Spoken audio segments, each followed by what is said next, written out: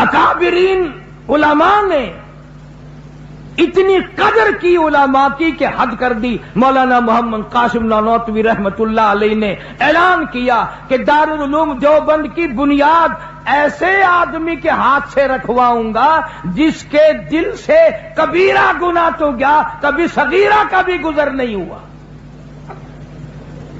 اور صبح مولانا منع شاہ رحمت اللہ علیہ کو پکڑ کے لائے، ان سے پہلی اینٹ رکھوائی. اور اس زمانے میں میاں منع شاہ نے 1 روپیہ چندہ دیا.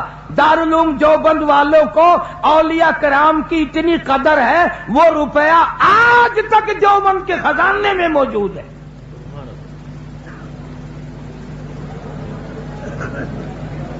تمام اولیاء کرام کا فرمان بھی، اقوال بھی سر ماتھے پہ. لیکن فرق پھر کئی لوگ ہمیں کہتے ہیں کہ یہ ویسے اوپر سے کہتے ہیں ہم ولیوں کو مانتے ہیں، حقیقت میں نہیں مانتے. سچی بات ہے، اولیاء کرام کو مانتے ہیں، ڈاکوؤں کو نہیں مانتے، ٹھگوں کو نہیں مانتے. ہمارے سامنے قطب عالم حضرت مولانا احمد علی صاحب لاہوری سب کہہ دو رحمت اللہ علیہ، اتنا بڑا ولی، شادی ہوئی،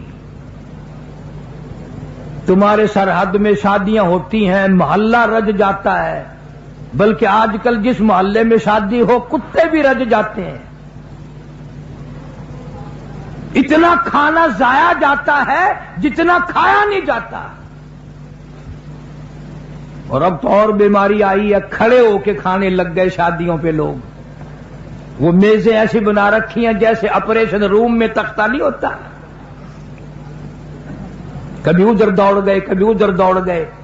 اور مجھے تو کئی مرتبہ ڈر لگتا ہے کہ کوئی انگریز فیشن والا یہ فیشن نہ نکال دے کہ لیٹ کے کھایا کرو، چھوڑنے کے نہیں. پھر بھی اگر کسی انگریز کو لیتے ہوئے کھاتا دیکھ لیا تو لوگ بھی لیٹ کر ہی کھایا کریں گے کہ تمہیں کیا معلوم ہے، اس سے کھانا زیادہ کھایا جاتا ہے، ہضم بھی جلدی ہوتا ہے، کھاتے بھی رہو اور لیٹتے بھی رہو. انگریز بڑا لعنتی. یہ جتنے ہمارے ملک میں بڑے بڑے تم اخباروں میں پڑھتے ہو نا، فلانا سر فلانا سر فلانا سر، ان کے ساری سر ہیں، ان کے پیر ویر نہیں ہیں. انگریز کی منڈی میں القاب سستے نہیں تھے. جو قرآن سے غداری کرتا تھا، جو قوم اور ملک سے غداری کرتا تھا، اس کو القاب ملا کرتے تھے. سید عطا اللہ شاہ صاحب بخاری رحمت اللہ علیہ کو ختم نبوت کی حفاظت میں محمد عربی صلی اللہ علیہ وسلم کی حفاظت کرتے کرتے جیل کر دی، مشقت لگا دی، غلہ پیسنے کے لیے دیا. ایک دن آدھی رات کے پچھلے پیرے میں سپرڈنٹ جیل چکر لگاتا لگاتا لگاتا اس کوٹڑی پہ پہنچا جہاں شاہ جی تھے، چکی چلانی تھی. جھانک کے دیکھتا ہے کہ عطا اللہ شاہ بخاری بیٹھا ہوا قرآن پڑھ رہا ہے اور چکی خود بخود چل رہی ہے. چکی خود بخود چل رہی ہے. کہنے لگا شاہ جی یہ کیا؟ فرمایا میں اس کا کام کرتا ہوں، وہ میرا کام کرتا ہے. ہم تو ان لوگوں کو ولی مانتے ہیں. تمہارے یہاں ولی ان کو کہتے ہیں کہ جی فلانے ولی نے لڑکی کا لڑکا بنا دیا. اگر سارے اولیاء کرام نے ساری دنیا کی لڑکیوں کے لڑکے بنا دیے، تم شیرے باندھ کے آسمان پہ چڑھو گے؟ تمہیں تو یہ بھی پتا نہیں کہ اگر یہ کام عام چل پڑا اور ولیوں کے بس کا ہوا تو کام ہی خراب ہو جائے گا.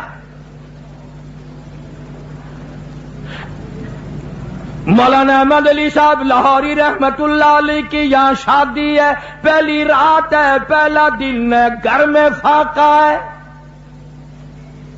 دوسرے دن بھی فاقہ، تیسرے دن بھی فاقہ۔ حضرت نے فرمایا اپنے گھر چلی جا، میرے یہاں فاقوں کا ڈیرا ہے، میں غریب ہوں، میں مسکین ہوں۔ وہ اللہ والی کہنے لگی میں نے کب شکوہ کیا، میں نے کب گلا کیا، میں نے کب تمہاری شکایت کی ہے؟ میں اپنے مقدر پہ ناز کرتی ہوں۔ مجھے شیخ التفسیر مل گیا، مجھے ولی مل گیا، مجھے وقت کا قطب مل گیا، مجھے ابدال مل گیا، مجھے شیخ الحدیث مل گیا، مجھے حاجی مل گیا، مجھے نمازی مل گیا، مجھے کب شکایت ہے؟ او لاہوری آئندہ یہ بات نہ کہنا، یہ قدم میرے باہر نہیں جائیں گے، میرا جنازہ باہر جا سکتا ہے، میرے قدم نہیں جائیں گے۔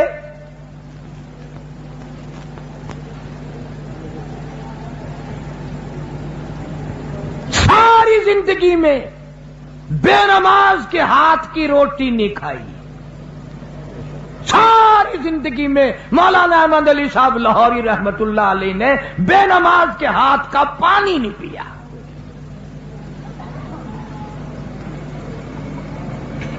ہم تو اپنے گھر والوں کو نماز کے لیے نہیں کہتے، رات دن جو ہمیں کھانا پکا کر دیتی ہیں، اللہ سب کو ہدایت عطا فرمائے، ہم ان کو نہیں کہتے۔ اور اگر تم زیادہ کرو گے، عشاء کی نماز پڑھ کے گھر جاؤ گے اور گھر والوں سے پوچھو گے نماز پڑھی کہ نہیں، 2-4 دن ایسا کر کے دیکھو، تیسرے دن آواز آئے گی تیرا بسترا او پرلی بیٹھک میں ہے۔ نے کہا کیا مرنا ہے؟ عشاء کے بعد نیند آئی ہوتی، آ کے کہتا ہے نماز پڑھو نماز پڑھو نماز پڑھو۔ یہ اللہ والے لوگ جو ہیں، پیر عبد الہادی دین پوری رحمت اللہ علیہ نے 40 سال تک 12,000 درود شریف روز مرہ کا پڑھا۔ کوئی یوں ہی تو نہیں بن جاتے یہ۔ دلی شہر میں خواجہ قطب الدین بختیار کاکی رحمت اللہ علیہ کا مزار ہے، ان کے نام سے دنیا واقف ہے۔ اللہ والے کم چھپے رہتے ہیں، ان کی فضا اور ان کا فیض جو ہے وہ ہر طرف پھیلتا ہے، وہ رب کا نام خود بھی لیتے ہیں اور لوگوں سے بھی لواتے ہیں کہ اسی میں بھلائی ہے۔ اس لیے قرآن کریم نے بھی اعلان کیا، فرمایا ان الذین قالوا ربنا اللہ ثم استقاموا، جس نے کہا میرا رب اللہ ہے پھر اس پر قائم دائم رہا، ثم استقاموا فلا خوف علیہم ولا هم یحزنون، کوئی اس کو خوف نہیں، کوئی اس کو غم نہیں، اللہ تبارک و تعالیٰ کے انعام اس پہ عام ہوتے ہیں۔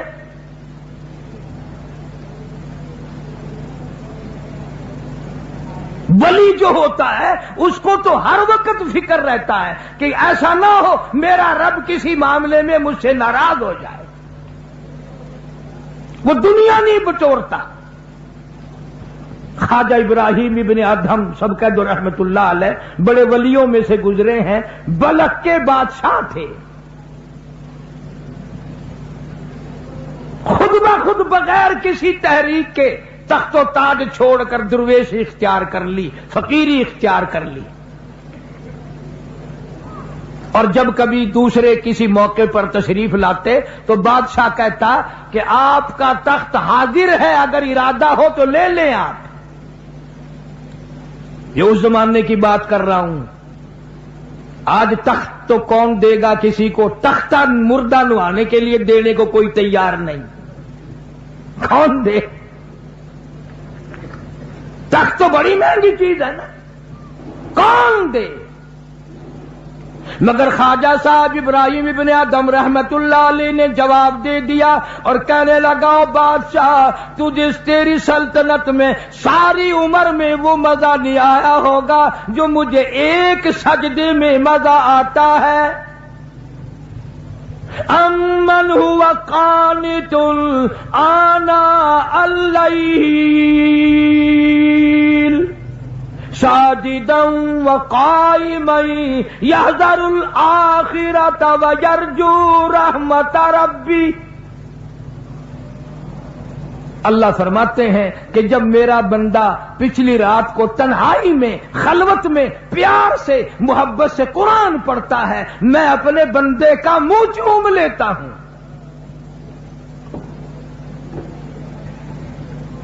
کاش ہمیں یہ سعادت نصیب ہے. سوچتے تک نہیں کہ یہ دنیا تو بالکل فانی ہے, یہاں سے جب آدمی جاتا ہے پتہ ہی نہیں چلتا.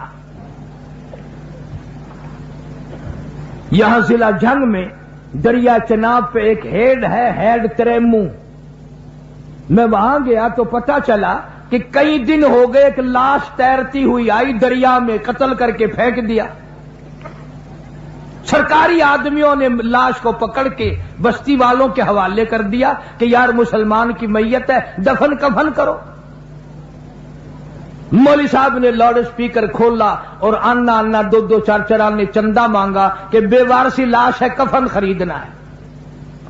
پیسے آ گئے, کفن خریدا, جنازہ پڑا, دفن کر دیا. تیسرے دن پتا چلا جس پہ کوڑی کوڑی پیسہ پیسہ چندہ کر کے کفن پڑا 35 مربوں کا مالک تھا. تمہیں کیا معلوم ہے میرے تیرے مقدر میں کیا لکھا ہے؟ خوف نہیں کھاتے, نہ جانے جنازہ بھی ملے گا کہ نہیں, نہ جانے غسل بھی ملے گا کہ نہیں, نہ جانے کوئی ہاتھ اٹھا کر بخشش کی دعا بھی کرے گا کہ نہیں. ہم نے تو سن 47 میں دیکھا کروڑوں پتی لوگوں کو کفن نہ ملا, جنازہ نہ ملا, غسل نہ ملا, اور یہاں تک کہ کئی لوگوں کی کھوپڑیاں کتوں نے گھسیٹی. دولت پہ ناز کرتے ہو, فخر کرتے ہو کہ یہ ہمارے پاس ہے اور کسی کے پاس نہیں. اس لیے قرآن کریم نے اعلان کیا, لوگ کہیں گے الہی اب کے دنیا میں بھیج دے, بڑا قرآن پڑھا کریں گے, بڑی اللہ اللہ کیا کریں گے. قرآن کہتا ہے ربنا اخرجنا نعمل صالحا غیر الذی کنا نعمل, الہی اب کے دنیا میں بھیج دے, بڑے نیک کام کیا کروں گا. آواز آتی ہے وقیل الیوم ننساکم کما نسیتم لقاء یومکم ھذا ومأواکم النار وما لکم من ناصرین. اور ظالم تو نے میرے قرآن کی پرواہ نہ کی, میرے محبوب کے فرمان کی پرواہ نہ کی. آج میں تجھے کیسے رعایت دے دوں؟ تو نے میرے قرآن کو بھلایا, جا آج میں نے تجھے بھلا دیا.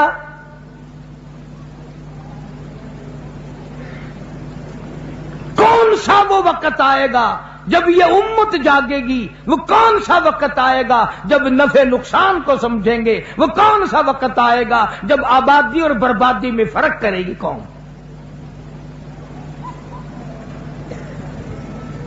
ہم نے تو ان بزرگوں کی زیارت کی الحمدللہ, ان کی جوتیوں میں میں بیٹھا ہوں جن کی تمہیں خام میں بھی زیارت نہیں ہوئی.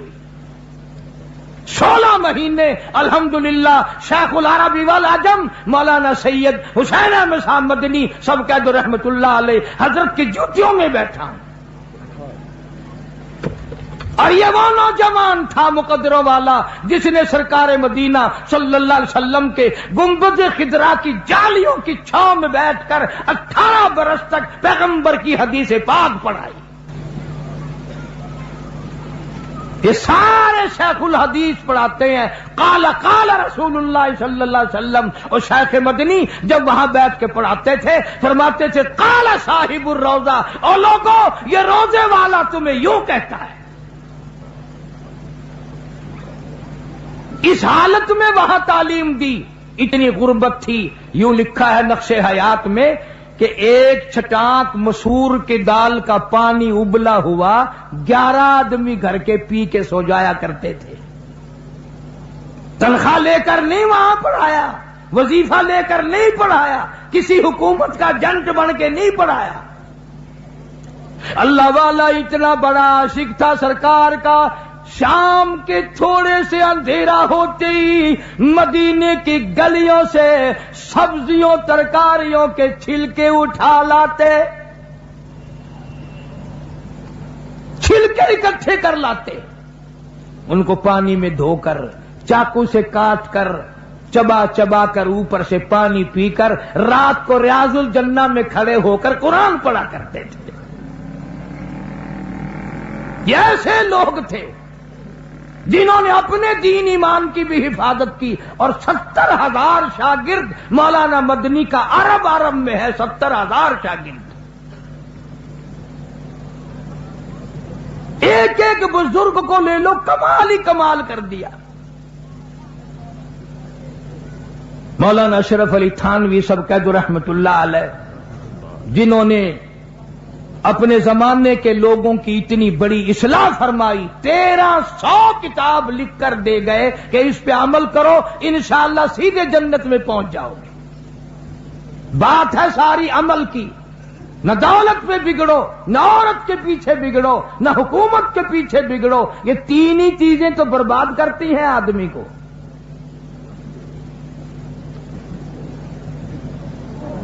لوگ اولیاء کرام کے پاس دین سیکھنے کے لیے نہیں آتے۔ پچھلے دنوں ملتان شہر میں میری بھی عمر گزر گئی، 6-7 آدمیوں کی ایک پارٹی آئی اور مجھے آ کے کہنے لگے کہ گھر میں سے 25,000 روپیہ گم ہو گیا۔ میں نے کہا پھر میں نے تو نہیں کیا نا گم؟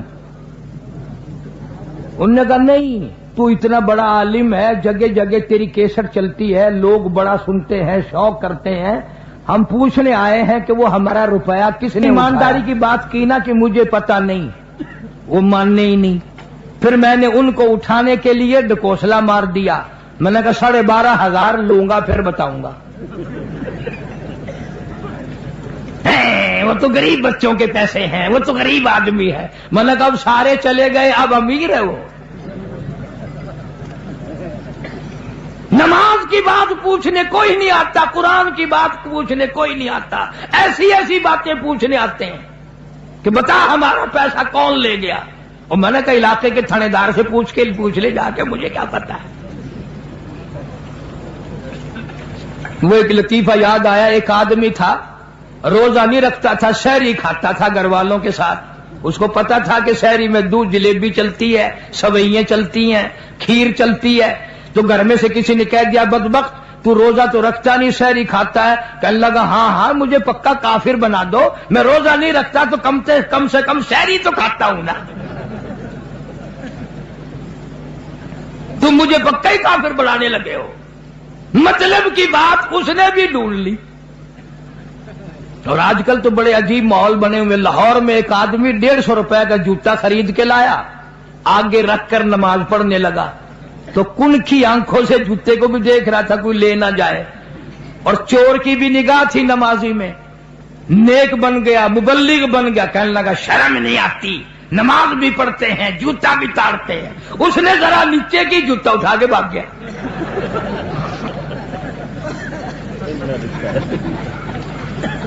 کوئی ایک طریقہ واردات ہے ملک میں، رات دن یہی چیزیں ساری سوچی جاتی ہیں اور کچھ بھی نہیں۔ حالانکہ کون سا ولی ہے جس نے غلط تعلیم دی ہو؟ کوئی بھی نہیں دیتا۔ بابا بلے شاہ جن کی تم رات دن یہ گانے بجانے میں کافیاں سنتے رہتے ہو، کام کی بات پھر بھی نہیں پکڑو گے انشاءاللہ۔ بڑی عجیب بات کہی بابا بلے شاہ نے، فرمایا علم نالو اشراف نہیں ہوندے، علم نالو اشراف نہیں ہوندے، جڑے ہوندن ذات کمینے، اور پیتل پلیت سونا نہیں بندا، تڑ جڑیے لال نگینے،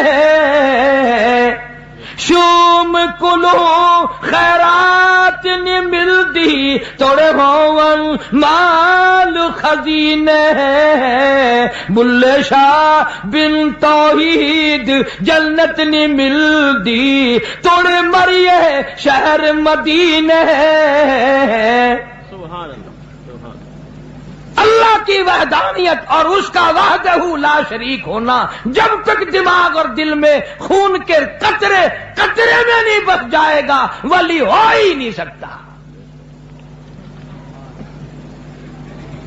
سلطان باہو رحمت اللہ علیہ فرماتے ہیں عدل کرتا تھر تھر کمبل عدل کرتا تھر تھر کمبل اونچیاں شانہ والے ہوں عدل کرتا تھر تھر کمبل اونچیاں شانہ والے ہوں اور فضل کرتا بخش جاون میں جے مکالے ہوں. کیا اولیاء کرام کی تعلیم ہے. خواجہ غلام فرید کہتا ہے اٹھ فرید جاڑو دے وچ مسیت تو ستا رب جاگ دائی تیری دادے نال پریت. کیا اولیاء کرام نے تعلیم دی ہے ساری زندگی. جھوٹ بولنے سے منع کرتے ہیں زناکاری سے منع کرتے ہیں نماز کی پابندی کا ہر وقت خیال دلاتے ہیں. یہ ہیں اولیاء کرام صحیح معنوں میں. بڑے بڑے اکابر آئے اس دنیا میں. مجدد الفسانی سرہندی رحمت اللہ علیہ اتنا عظیم آدمی پھر بھی جیل میں ڈلوا دیا. پتا کیا جرم بنایا کہ فارسی میں قرآن کا ترجمہ کیوں کیا. دیکھو جی وہیں عربی لکھی ہوئی ہے وہیں است پست لکھ دیا. توبہ قرآن بدل دیا. اور اصل خیال یہ تھا کہ اگر قرآن کا مفہوم لوگوں تک پہنچ گیا ہماری پوجا کون کرے گا. گوالیر کے جیل خانے میں ہے مجدد الفسانی سرہندی رحمت اللہ علیہ. بادشاہ نے جیل میں جانے سے پہلے اپنے یہاں بلایا تو ایک کھڑکی بنا رکھی تھی جس میں سر جھکا کے آدمی داخل ہوتا تھا تاکہ قدرتی سجدہ ہو جائے بادشاہ کو. تو سرکاری ملازمین سے کہا کہ آپ لوگ اس کھڑکی سے لانا خود بخود یہ اندر آئے گا نا جھک کے اندر سے گزرے گا ویسے گزر ہی نہیں سکتا. یہ اللہ والے بڑے سیانے ہوتے ہیں. جب مجدد صاحب وہاں پہنچے تو نیچے سر پہلے گزارنے کے بجائے پہلے دونوں پیر پھنسا دیے پہلے ٹانگیں اندر نکال لی پھر یوں سر بلکہ اور اونچا ہو کر کے یوں نیچے کو اندر گئے. بادشاہ کہنے لگا یہ نہیں قابو آنے کا. تو گوالیر کے جیل خانے میں بند کر دیا. تو دورے پہ بادشاہ آیا تو جیل میں سے آواز آ رہی ہے اللہ اللہ اللہ اللہ آواز آ رہی ہے. انہوں نے کہا یار یہ کیا ہے کہ ادھر جیل خانہ ہے. انہوں نے کہا اس میں اللہ اللہ کرنے والا کون آ گیا. انہوں نے کہا جی پتہ نہیں ایک قیدی آیا ہے 4 مہینے ہو گئے سارے جیل خانے کو اس نے ولی بنا دیا. اس طریقے سے اللہ اللہ کا ضرب کی ضرب لگائی اس طریقے سے سکھایا تمام لوگوں کو اللہ اللہ کرنے کا طریقہ بتا دیا. مولانا جعفر تھنیسری ہمارے ضلع کرنال پانی پت کے علاقے کے میری برادری کا ایک جوان تھا. شیخ الہند رحمت اللہ علیہ کا زمانہ ہے. خلافت تحریک کے اندر شامل ہو گیا. انگریزوں کو پتہ چل گیا. مولانا لکھتے ہیں کہ میری جتنی جائیداد تھی ساری قرق کر دی اور بچیوں کو گلے سے پکڑ پکڑ کے دڑام دڑام سے اٹھا کر باہر پھینک دیا. مولانا فرماتے ہیں مجھے گرفتار کر کے امبالہ جیل میں لایا گیا. میں نے آگے آ کے دیکھا 2 عالم دین اور بیٹھے ہیں جیل میں اور بیٹھے ہیں. اور یہ ایسا زمانہ تھا فرانسیسی مورخ بھی لکھتا ہے مسٹر گیبن انگریز بھی لکھتا ہے کہ دلی سے پانی پت تک دلی سے لے کر مراد آباد تک دلی سے لے کر چاروں طرف 4000 عربی مدرسے تھے. جب انگریز بے ایمان سے ٹکرائے ایک طالب علم نہ بچا, روٹی پکانے والا لانگری بھی نہ بچا, اذان دینے والا بھی کوئی نہ بچا. اور یوں لکھا ہے علماء ہند کی شاندار ماضی میں کہ کوئی درخت ایسا نہ تھا, کوئی ٹہنی ایسی نہ تھی جس پہ کسی عالم دین کی لاش نہ لٹکی ہو. ایک تم لوگ ہو ہوٹلوں میں بیٹھکوں میں بیٹھے گپے مارتے ہو, جی مولویوں نے بیڑا غرق کر دیا. چلو مولویوں نے غرق کر دیا تو اسی تار لو, تم اتارتے کیوں نہیں؟ اتنا بغض اور اتنی عداوت انگریز نے علماء کے خلاف بھری کہ آج تک لوگ قرآن اور اسلام کے قریب آنے کو تیار نہیں. مولوی گالی بن گئی لوگوں کے لیے. بابو جتنی چاہے غداری کرے, جتنی چاہے بدماشی کرے, کوئی نہیں پوچھتا. کون ان چیزوں کو تمہارے سامنے رکھے؟ مولانا جعفر تھنیسری رحمت اللہ علیہ فرماتے ہیں ہم تینوں عالموں کو انگریزوں نے پیدل چلایا, ایک ایک پیر میں 20-20 سیر لوہے کے کڑے بنا کے ڈال دیے اور چابک مار مار کے چلاتے تھے. جب نماز کا وقت آتا ہم زمین پہ بیٹھ جاتے, تیمم کر کے سجدے میں پڑ جاتے. 4 انگریز پوری طاقت سے کوڑے مارتے تھے. مولانا فرماتے ہیں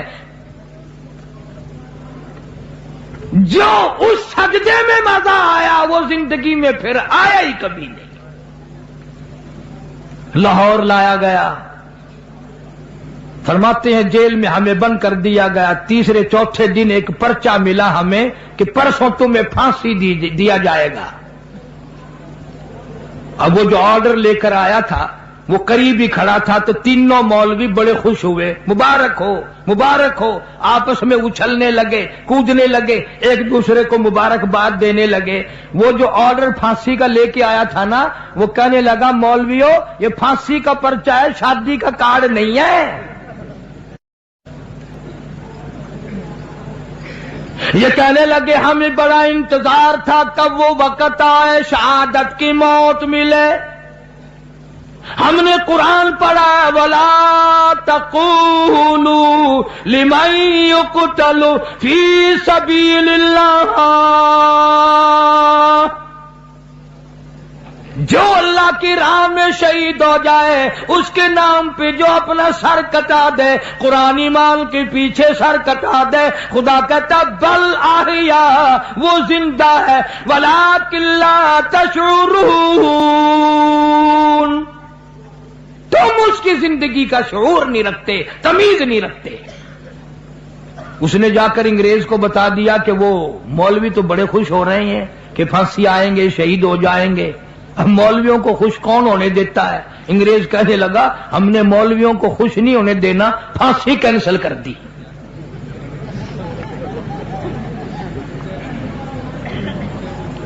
مولانا جعفر تھنیسری کو پتہ نہ چلا. مولانا لکھتے ہیں کہ جب وہ دن آیا تو میں نے گھاس کے ٹن کے چبا کر روزے کی نیت کر لی, اللہ کی حضور میں روزہ دار ہو کے جاؤں گا. سارا دن مار پڑی, سارا دن پٹائی ہوئی, بے ہوش رہے. رات کے وقت ہوش آیا تو روزہ یاد آیا. مولانا فرماتے ہیں میں نے درخت کے پتے چبا کر روزہ افطار کر لیا.